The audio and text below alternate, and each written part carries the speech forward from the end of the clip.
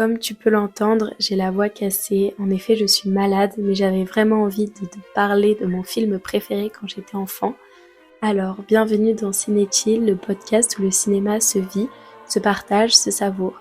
Prépare ton café, ton thé ou ton matcha. Enfin, je sais pas, prends quelque chose qui te fait plaisir et installe-toi.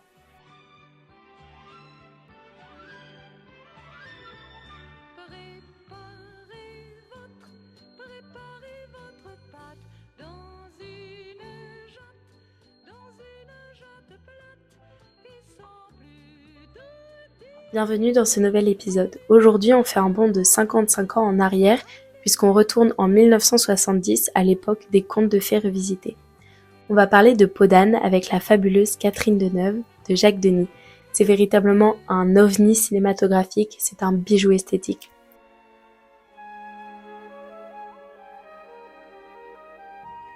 À sa sortie, Peau d'âne a déconcerté. En effet, c'était trop bizarre pour les enfants, mais trop enfantin pour les adultes. En revanche, avec le temps, il est devenu culte, célébré pour son audace, son esthétisme et bien sûr sa poésie subversive.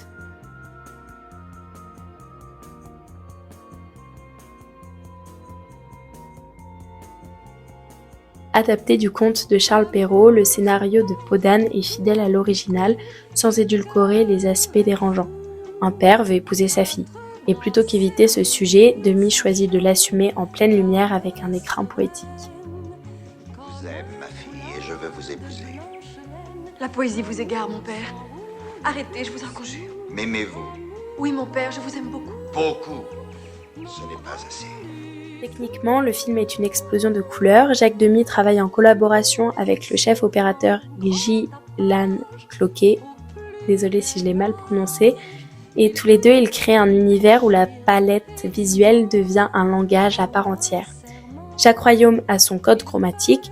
Le royaume bleu du roi, froid et solennel, contraste avec les décors champêtres au ton pastel de la cabane de la Fée des Lilas.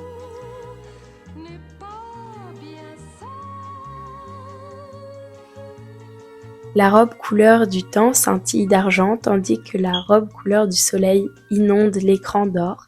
Les couleurs sont symboliques mais aussi presque irréelles, comme si on était dans un tableau vivant. La lumière joue un rôle fondamental, souvent douce, diffuse, presque irréelle, elle accentue l'effet de féerie. Elle est rarement crue ou réaliste, toujours filtrée comme à travers un rêve. Cette lumière floute la frontière entre le réel et l'imaginaire, entre l'enfance et la conscience adulte. Certaines scènes sont même éclairées de manière presque théâtrale, comme des tableaux vivants encore une fois. C'est un clin d'œil au cinéma expressionniste ou au théâtre baroque. D'ailleurs, si ça vous intéresse, je pourrais faire un prochain épisode sur le théâtre baroque ou le cinéma expressionniste. Côté narration, Demy fait un choix audacieux. Il mêle les codes du théâtre et de l'opéra, puisque les personnages chantent, déclament, se déplacent avec une forme de chorégraphie. Tu devrais te cacher. Si le prince te voit, il pourrait se fâcher, exiger ton renvoi. Tu n'auras pas le droit d'assister à la fête, car les soldats du roi, croyant voir une paix, pourraient bien te tuer. Je prendrai peu de place, et puis je me tairai. Mais je veux voir le prince au moment où il passe. Après, je m'en irai. Voir son prince cul-cendron. Le monde fuira voyant ce laideron. De plus, la temporalité elle-même devient floue. On croise un hélicoptère dans un conte médiéval, la fée Lila surgit dans une boîte en verre et les décors sont baroques, mais les comportements parfois très contemporains. C'est un conte de fées réaliste, car je l'ai pris sur un pied réaliste. Pour que vous croyiez à un prince charmant, à une princesse, à une fée, à un roi, à une reine, il faut que ce soit des gens comme vous et moi, c'est-à-dire qui ont des réactions humaines, qui soient des gens qui réagissent dans le quotidien. Et plus ils seront quotidiens, plus ils seront vrais, plus le merveilleux intervenant au milieu du réalisme sera étonnant. Et puis la musique, on ne peut pas parler de ce film sans parler de la musique. Celle-ci est signée par Jacques Legrand, elle est vraiment omnisciente, tantôt légère, tantôt mélancolique. Les chansons accompagnent l'émotion plus qu'elles ne font avancer l'action et transforment le film en une sorte de rituel magique où chaque mot chanté semble suspendu dans l'air. Finalement, Peau d'âne est un film sur le passage. Le passage de l'enfance à l'âge adulte, du rêve à la désillusion, du silence à la parole. C'est aussi un film sur la transformation, celle de la peau, du rôle, de l'identité. La princesse se déguise, se salit, se cache, mais finit par renaître. Et tout cela sans jamais renoncer à la beauté. Comme quoi, l'habit ne fait pas le moine.